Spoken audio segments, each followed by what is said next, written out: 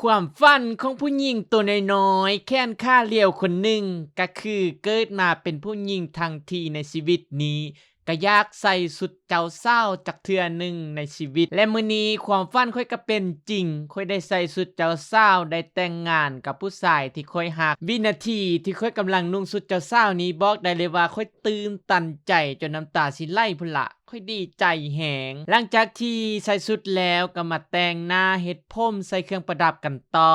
ค่อยนี่ดีใจแหงรู้สึกว่าตัวเองกำลังสิกลายเป็นเจ้าหญิงบุนละหลังจากแต่งองค์ทรงเครื่องเรียบร้อยแล้วนี่ก็คือความอลังการของค่อยกับผัวนี่ผัวค่อยก็รอขนาดแต่งออกมาแล้วหลังจากนั้นพวกเฮาก็มาถ่ายรูปมันเป็นความรู้สึกที่แบบ Amazing หิ่งห้อยสำหรับค่อยขนาดที่ผู้หญิงตัวน้อยๆแค้นค่าเลี้ยวคนหนึ่ง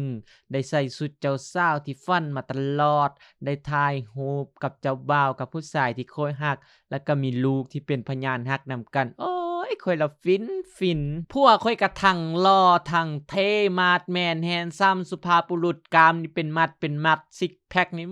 คือเขาต้มมัดพุ่นละพวกเจ้าตอนถ่ายรูปนี่ก็ยักยากนำลูกน้อยนึงเพราะว่าลูกนี่ บ่ยักเบิ่งกองปานใดก็ต้องได้ช่วยกันพี่น้องเอ๋ยถ่ายรูปก็มีบักหลายท่าตากองเพิ่นจัดให้ทั้งกอดทั้งจูบทั้งหอมอุ้ย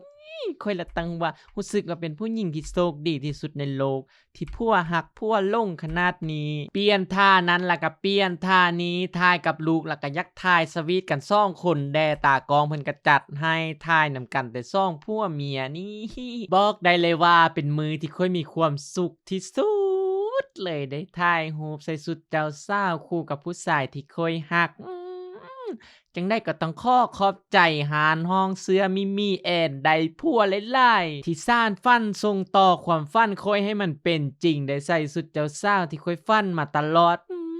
ต้องขอบใจอย่างสุดซึ้งหลายๆเลยห้องเสื้อ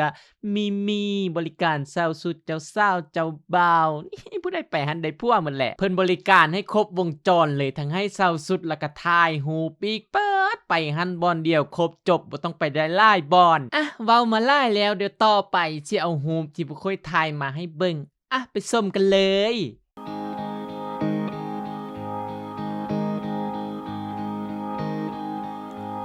And I found a love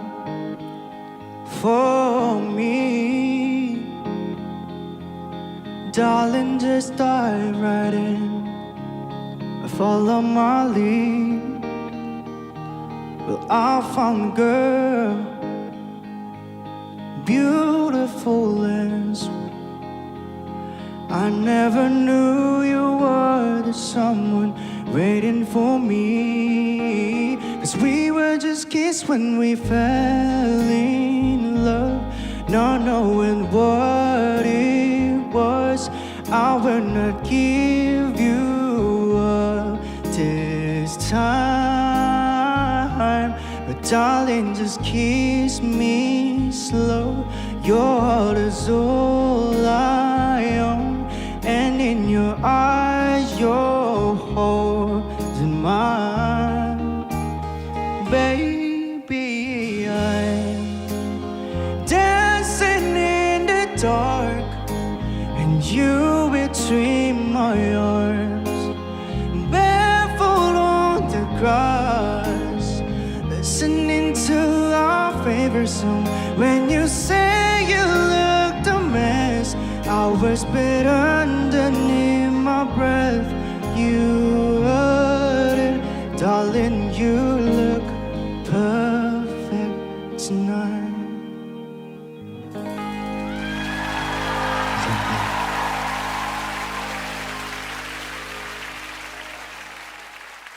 เบิ่งจบแล้วค่อยๆคลายเครื่องแดดนี่ตอนนี้ค่อยๆครีมกันแดดแบรนด์ค่อยเอง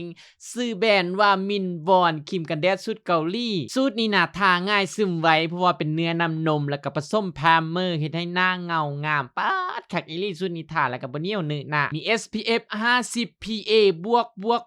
วก4โตทาง่ายซึมไวป้องกันได้ดีต้องครีมกันแดดสูตรนี้เลยมินบอนครีมกันแดดสูตรเกาหลีโดยตาเจ็ดให้